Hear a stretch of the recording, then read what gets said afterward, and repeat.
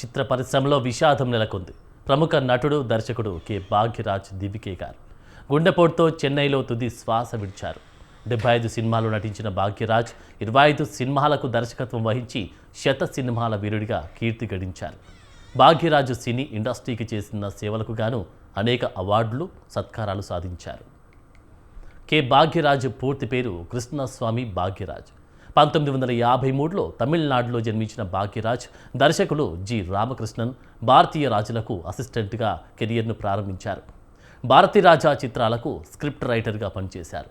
1979లో సువరలిద్ధ చిత్తిరంగల్ అనే తమిళ చిత్రంతో దర్శకుడిగా అరంగేట్రం చేశారు. నటి ఊర్వశి సోదరి కల్పనలను సినీ ఇండస్ట్రీకి పరిచయం చేశారు. తమిళ సినిమా 16 వెయ్యత్తినిలే అంటే తెలుగులో 16 ఏళ్ల వయసులో తొలిసారి వెండితెరపై కనిపించిన భాగ్యరాజ్ ఎన్నో చిత్రాలతో అలరించారు.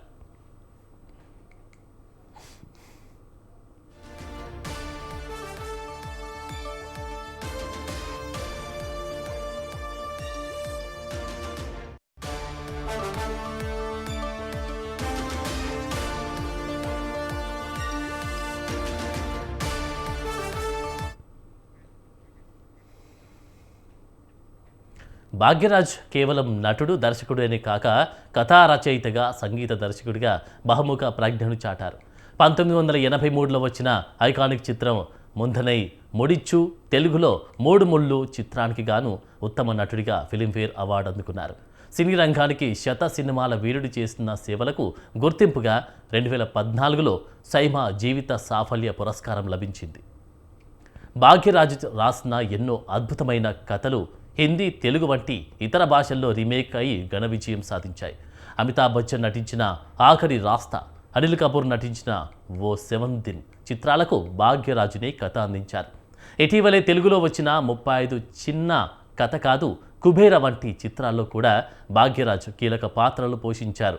స్క్రీన్ ప్లే మాంత్రికుడిగా పేరుగాంచిన భాగ్యరాజు మృతి తమిళ చిత్రసీమకు తీరని లోటు. భాగ్యరాజు ఆత్మకు శాంతి చేకూరాలని కోరుకుంటూ పలువురు సినీ, రాజకీయ ప్రముఖులు సంతాపం వ్యక్తం చేశారు. మరోవైపు సినీ పరిశ్రమకు భాగ్యరాజు చేసిన సేవలను గుర్తుకు చేసుకున్నారు.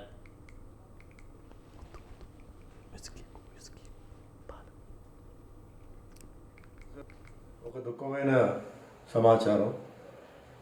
Hero, producer, director, writer, music director Bhagyaraj గారు ఇక లేరు. ఈరోజు ఉదయం చెన్నైలో ఆమె కన్ను మూశారు. నాకు చాలా మంచి స్నేహితుడు. అలాగే తెలుగు సినిమా ఇండస్ట్రీకి రావడానికి ముందు నేను తమిళ్లో చేసిన లాస్ట్ పిక్చర్ ఆయన డైరెక్షన్లోనే, డార్లింగ్ డార్లింగ్ డార్లింగ్. మంచి వ్యక్తి, చాలా కష్టపడి పైకి వచ్చిన వ్యక్తి.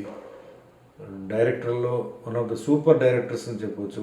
కామెడీలో ఆయన చాలా సినిమాలన్నీ ఆయన హిట్. మన తెలుగులో డబ్బింగ్, రీమేక్ కూడా చేశారు.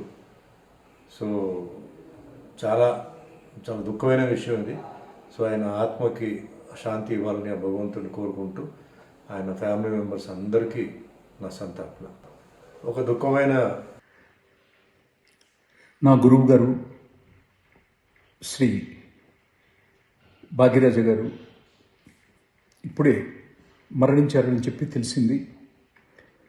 వీటిలో విశేషంగా సుందరకాండ, ఒక ఊరిలో ఒక రాజకుమారి అన్ని సినిమాలకి నేను ఆయన దగ్గర ఎన్నెన్నో విషయాలు కథా రచయితగా నాకు నేర్పించారు. స్క్రీన్ ప్లేలో మెళకువలు నేర్పించారు. ఆయన లేకపోతే నేను ఈ రోజున రచయితనే అయి ఉండేవాడిని కాదు.